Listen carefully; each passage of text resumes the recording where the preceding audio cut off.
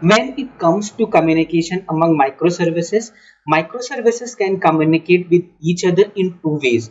First, it's synchronous communication, and second is asynchronous communication. So, when to use synchronous communication and when to use asynchronous communication, we are going to analyze what are these and in which situation we should use one over the other. So, let's go ahead and get started.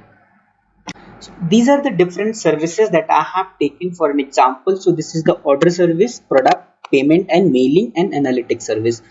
So suppose a client has come and this client can be a user interface, any user interface from where user is interacting with the order service, and it can also be another service which is asking order service to place an order. So the request has come to order service to place an order. Before placing the order, there are certain tasks that order service has to do, and all the tasks that it has to do are written in the order service.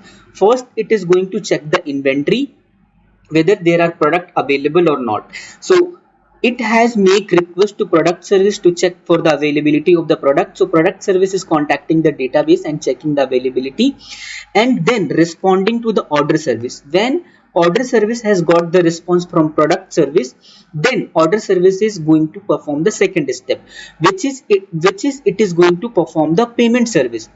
Payment service is going to check the detail of the user and is going to perform the payment, and based on the response, whether it is failed or success, it is going to respond to the order service.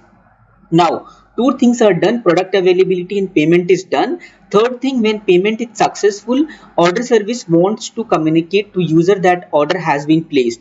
So it has asked the mailing service to communicate to the user. So mailing service is going to email the user that order has been placed, and accordingly responding to the order service that the task has been completed.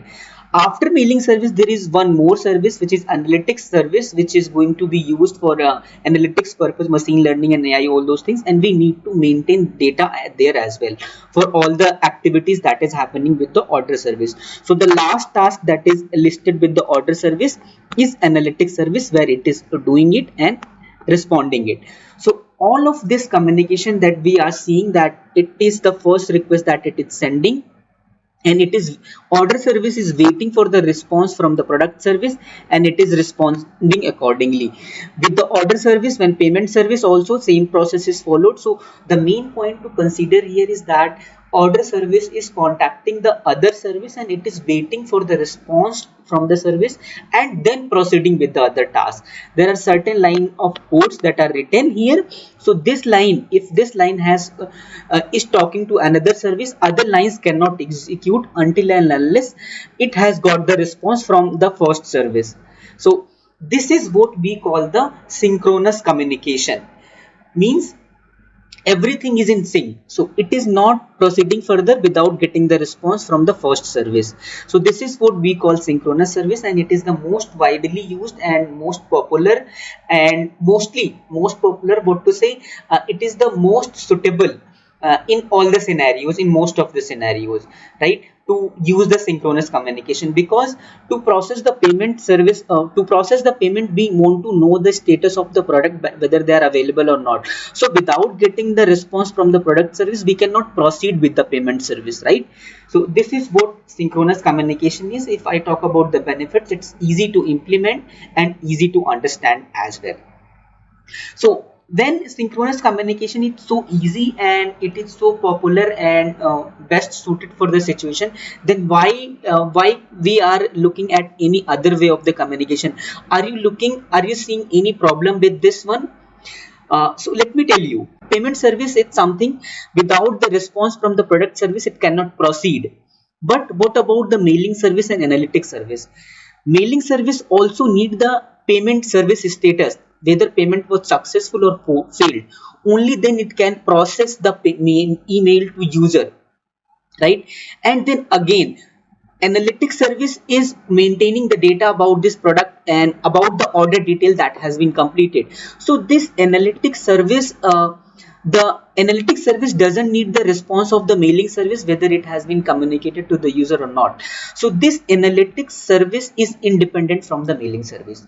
Still, Order service is waiting for the response from the mailing service, only then it is calling the analytics service and then calling back to this one. This is one problem.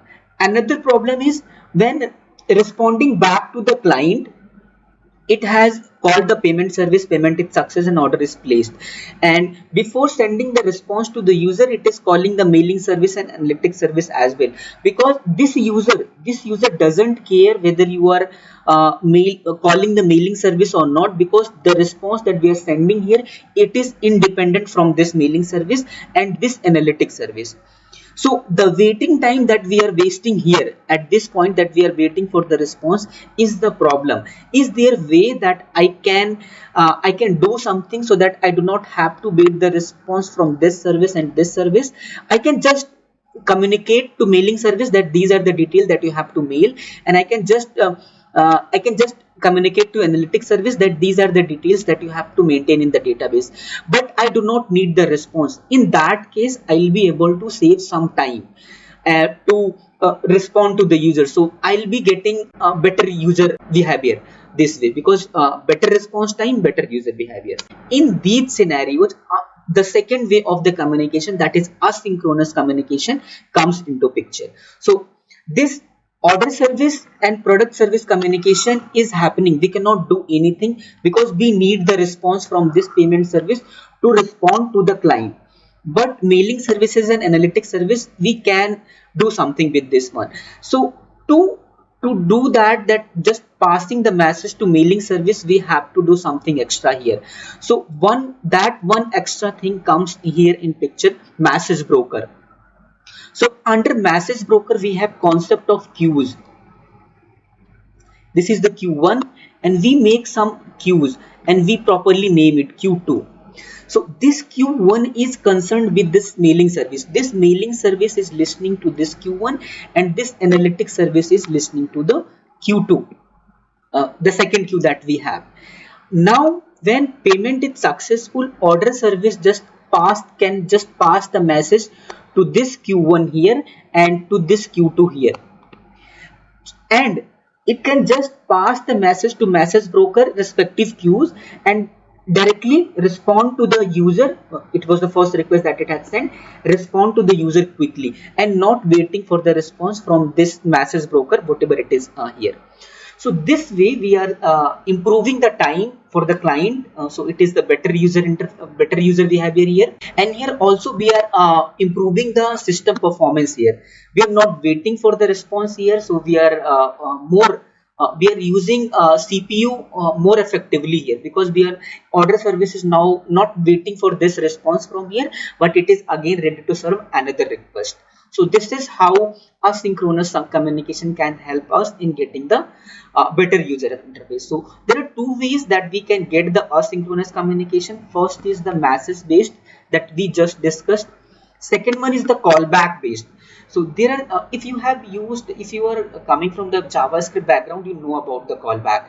So there are certain situations when you can request. So for example, this order service, it has called the product service, and order service doesn't want to wait on the product service response. It can immediately return from there, but it need the response sometime in future. So that in future, product service can have implementation of callback methods. Under those callback, when response is ready in the product service, it can respond to the order service that your request that you requested is ready, and this is the response that you have. So this is the another way that we can get the asynchronous communication using callback. So it will be more clear when we will be seeing the demo about this. So this is about the theory only. I hope the picture is clear and what benefits that we are getting out of here. So demo is coming out when this series ends. I'm just trying to complete it as soon as possible. Coming to the next part, so that's all about the synchronous and asynchronous communication. Let's compare the features of these. What are the benefits over the other? So first, see the points about the synchronous. It is easy to implement. It is easy to test because we just have to pass the request and get the response and test that. And it is easy to debug because we are in a tight coupling and all the services are connected properly, and we can debug if there is any issue coming. And we can identify that there is problem with the product service or mailing service. We can identify that point. It is the blocking call. So when request has gone to the product service, order service has blocked all the execution calls, execution steps that we just have seen. Due to this blocking nature, it is slow, less response time due to waiting on the request, due to waiting on the response. High coupling and waiting time, I can say that when this is the service 1 and service S2, when it has called, there can be some situations that S2 is not responding at all, so there will be timeout scenarios and there will be exception scenarios if it is passing here. So there will be cascading failure to other services that it is calling, so that we can handle. We have other concepts about circuit breaker and all those things, we can handle that, but that needs extra coding due to this high coupling. And then it is reliable due to response, because S1 is getting the proper it is taking time and all those stuffs, that is there, but it is reliable because we are getting immediate response from the other service.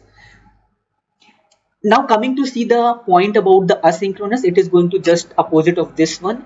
It is a bit difficult to implement, because now we have to take care one more entity, that is message broker.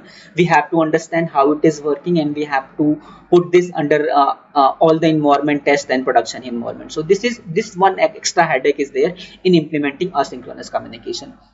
It is difficult to test because when you have fired the message to message broker, and it is going to the respective service, so we cannot say what time it is going to put there, and there is no direct response from other service, so we cannot test it easily. It is difficult to debug because at the same reason, we are not getting any response at any point, so it is difficult to say that at what point what problem was there. So we can debug, but it's a bit difficult as compared to the synchronous communication. It is non-blocking, so we get the fast response time with this one. And it has very loose coupling, because both as many services as are there in asynchronous communication, they are not dependent on each other. And last point, it is not reliable because we are not getting the immediate response from the concerned service. So which one should we use? So we have discussed all the scenarios, one over the other, which one use. So if you're going through these questions and you have a particular use case, let me know in the comment section that in which scenario you are going to use one over the other. So what is next we have after this? So we have seen network latency part, how we can handle that, synchronous and asynchronous. Now how to establish the communication, this synchronous communication, how to establish that. So HTTP is the one way that we can use to establish the synchronous communication, that we are going to understand in the next video. All the theory we are going to understand in the next video. If you like the content, please don't forget to like, share, subscribe the channel and press the bell icon so that you get notification about every upload on the channel. I'll see you in the next video. Till then, take care, stay safe, bye bye.